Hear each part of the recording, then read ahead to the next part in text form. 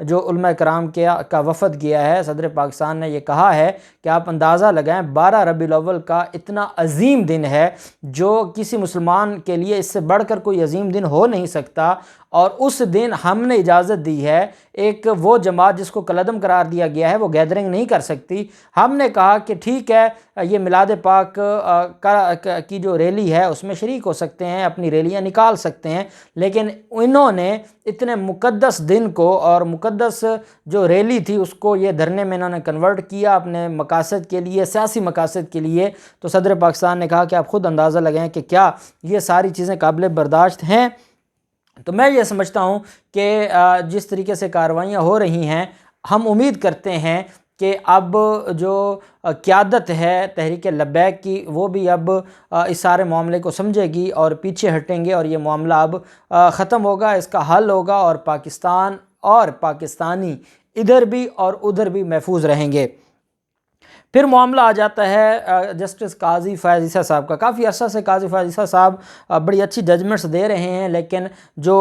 ان کا ایک ڈسپیوٹ تھا عمران خان کے ساتھ یا اداروں کے ساتھ، اس پر خاموش تھے۔ لیکن آپ جانتے ہیں کہ جمعرات کے دن حکمران جماعت کے ایم این اے محمد اکرم چیمہ کے درمیان پیش آنے والے واقعہ کے حوالے سے ایک خط جسٹس قاضی فیاض عیسیٰ صاحب نے لکھا ہے، اور اس میں افسوس کا اظہار کیا ہے کہ بدھ کے روز سینکڑوں پولیس اہلکار ڈیوٹی پر تھے، لیکن دارالحکومت کے ریڈ زون میں شاہراہ دستور پر قومی اسمبلی کے سامنے پارک مشتبہ جعلی نمبر پلیٹ والی گاڑی کو کسی نے نہ دیکھا۔ جج صاحب کے 2 صفحات پر مشتمل خط میں کسی کا نام لیے بغیر کہا گیا کہ وہ اس معاملے کی حقیقت کو ظاہر کرنے اور جواب دینے کے لیے مجبور ہیں، ورنہ ان کی خاموشی کو رنگی کراچی سے منتخب رکن قومی اسمبلی کے لمبے چوڑے افسانوں کو ثابت کر سکتی ہے۔ پاکستان تحریک انصاف کے رکن قومی اسمبلی اکرم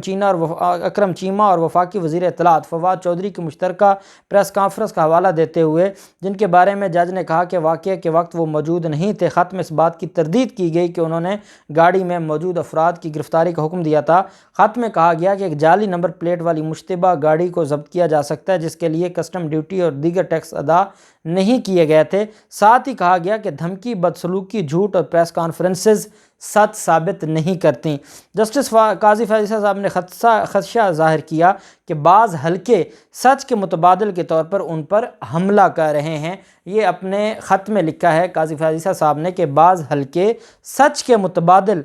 کے طور پر ان پر حملہ کر رہے ہیں۔ ان کا کہنا تھا کہ بدسلوکی اس وقت شروع ہوئی جب انہوں نے ایک فیصلہ لکھا جو بعض حلقوں کے لیے درست نہیں تھا، اور اس کے بعد سے میرے ساتھ یہ سارا معاملہ ہو رہا ہے۔ انہوں نے اپنے خط میں کہا کہ میرے اور میرے خاندان کے خلاف استعمال کیے جانے والے ہتھ کنڈے میری جان کو لاحق خطرات اور ہم پر کی جانے والی بدسلوکی مجھے قانون کی خلاف ورزیوں کی نشاندہی کرنے سے دور نہیں کر سکتی۔ خط میں انہوں نے یہ بھی کہا کہ یہ میرا فرض ہے ہر شہری اور ٹیکس دہندگان کو اس بات کو یقینی بنانا ہے کہ اس قانون کو برقرار رکھا جائے۔ خط میں وضاحت کی گئی ہے کہ 2 افراد جن سے جج نے پہلے کبھی ملاقات نہیں کی تھی اور نہ ہی انہیں پہچانا تھا، قومی اسمبلی کے سامنے شاہراہ دستور پر کھڑی گاڑی میں موجود تھے۔ خط میں کہا گیا کہ گاڑی میں ایک بڑا جو اینٹینا لگا تھا جس کے میرے مطابق اجازت صرف مسلح افواج کے اہلکاروں کی گاڑیوں کی ہوتی ہے، جبکہ اسمبلی کے سامنے شاہراہ دستور پر پارکنگ کی اجازت بھی نہیں ہے۔ خط میں کہا کہ قومی اسمبلی کے سامنے ہمیشہ کی طرح متعدد پولیس اہلکار موجود تھے، لیکن ان میں سے کسی نے بھی گاڑی کے ڈرائیور کو گاڑی ہٹانے کی ہدایت نہیں کی اور نہ ہی گاڑی کی رجسٹریشن اور ڈرائیور کا لائسنس بک چیک کیا۔ بعد ازاں جج نے گاڑی میں موجود افراد سے کہا کہ وہ اپنی شناخت بتائیں، لیکن انہوں نے ان سے سوال کیا کہ وہ کون ہے، جس پر جج نے خود کو جج کے طور پر شناخت کیے بغیر بتایا کہ وہ ایک شہری ہیں اور ٹیکس دہندہ ہیں۔ جسٹس قاضی فیاض عیسیٰ صاحب نے کہا میں نے کالی ٹائی یا کالا کوٹ نہیں پہنا تھا بلکہ میں نے نیلی جیکٹ پہن رکھی تھی۔ ان کا خیال تھا کہ مشکوک افراد اور ان کی گاڑی کسی مجرمانہ سرگرمی میں ملوث ہو سکتی ہے کیونکہ اس پر جعلی نمبر پلیٹیں تھیں، چنانچہ انہوں نے اپنے موبائل فون سے گاڑی اور اس میں سوار افراد کی تصویریں کھینچی اور اس کے بعد وہ سپریم کورٹ چلے گئے جہاں انہیں کارروائی کرنے کے لیے وقت پر پہنچنا تھا۔ خط میں بتایا گیا کہ جعلی نمبر پلیٹ والی گاڑی قومی اسمبلی کی عمارت میں داخل ہوئی اور پھر باہر نکل آئی۔ ایک شخص گاڑی سے اترا، ان کی طرف بڑا اور گندی گالیاں دیں۔ خط میں کہا گیا کہ میں نے انہیں نظر انداز کیا، خاموش رہا اور سپریم کورٹ کی طرف چلتا رہا۔ دریں اثنا M N A Akram Cheema نے اس واقعے پر قومی اسمبلی کے rule of procedure and conduct of business کے رول 1907 کے تحت قومی اسمبلی سیکریٹریٹ میں تحریک استحقاق جمع کرائی ہے، جس میں معاملے کی جانچ اور تحقیقات کے لیے قائمہ کمیٹی برائے قواعد و ضوابط کے حوالے کرنے کی استدعا کی گئی ہے۔ یہ MNA اکرم چیمہ نے ایک تحریک استحقاق جمع کروائی ہے قاضی فائز عیسیٰ صاحب کے حوالے سے، اور انہوں نے کہا ہے کہ اس معاملے کو انکوائر کیا جائے اور اس معاملے کو دیکھا جائے کہ یہ کیوں ہوا ہے میرے ساتھ، اور کیا قاضی فائز عیسیٰ صاحب نے یہ کیا ہے یا میرا کوئی قصور تھا، کیونکہ اکرم چیمہ کا یہ کہنا ہے کہ میرا کوئی قصور نہیں تھا اور میرے ساتھ بدتمیزی کی گئی ہے اور غیر قانونی طریقے سے مجھے اس طرح سے جو انوالو کیا گیا ہے۔ دوسری طرف مریم نواز آج جب بھارت کے ساتھ میچ تھا اس دن تو مریم نواز کو بڑی تکلیف تھی، اور مریم نواز اس دن بھی وزیر اعظم عمران خان پر طنز کر رہی تھیں، اور پوری قوم نے پھر جو ان کی درگت بنائی سوشل میڈیا پر اور جس طریقے سے میمز بنائیں، تو مریم نواز کا سافٹ ویئر اپڈیٹ ہو گیا۔ مریم نواز نے نیوزی لینڈ کی جو پاکستان کی کامیابی ہے اس پر بھی اچھے سے پاکستانی ٹیم کو سراہا، اور آج جب مریم نواز میچ ختم ہوا تو مریم نواز نے کہا کہ میں بہت خوش ہوں اور آصف علی نے بڑی اچھی بیٹنگ کی اور پاکستان میچ جیت گیا ہے، اور انہوں نے یہ بھی کہا کہ پاکستان کا شکریہ پاکستانی ٹیم کا کہ ایک عظیم فتح دی ہے۔ اب اس پر پھر سوالات اٹھنے لگے کہ مریم نواز کا یہ سافٹ ویئر کیسے اپڈیٹ ہوا ہے، تو یہ بیسیکلی سافٹ ویئر اپڈیٹ نہیں ہوا، مریم نواز کا، کیونکہ بھارت کے ساتھ جو پاکستان کا میچ تھا وہاں تو پارٹنرشپ ہے نا، رشتہ داری ہے۔ اب مریم نواز اپنی رشتہ داری بچانے کے لیے اور پاکستان میں سوشل میڈیا پر جو پوری قوم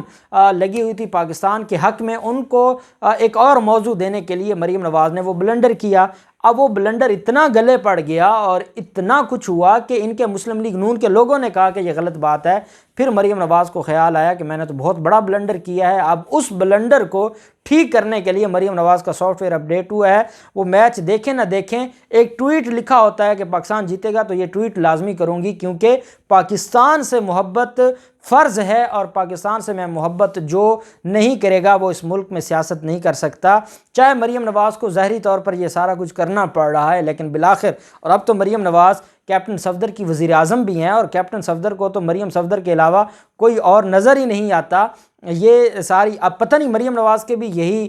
جذبات ہیں کیپٹن صفدر کے حوالے سے کہ نہیں ہے، لیکن صفدر امان نے بڑی تعریف کی ہے اور آج کہا ہے کہ ان کی وہ وزیر اعظم ہے تو وہ کہہ سکتے ہیں، ان کی بیوی ہے، ان کے لیے وہی سب کچھ ہوں گی۔ اب دیکھتے ہیں ان سارے معاملات میں کیا ہوتا ہے، جو بھی تفصیلات ہوں گی آپ کے ساتھ شیئر کرتے رہیں گے۔ اللہ پاک پاکستان کا حامی و ناصر ہو۔ بہت شکریہ، اللہ حافظ، پاکستان زندہ باد۔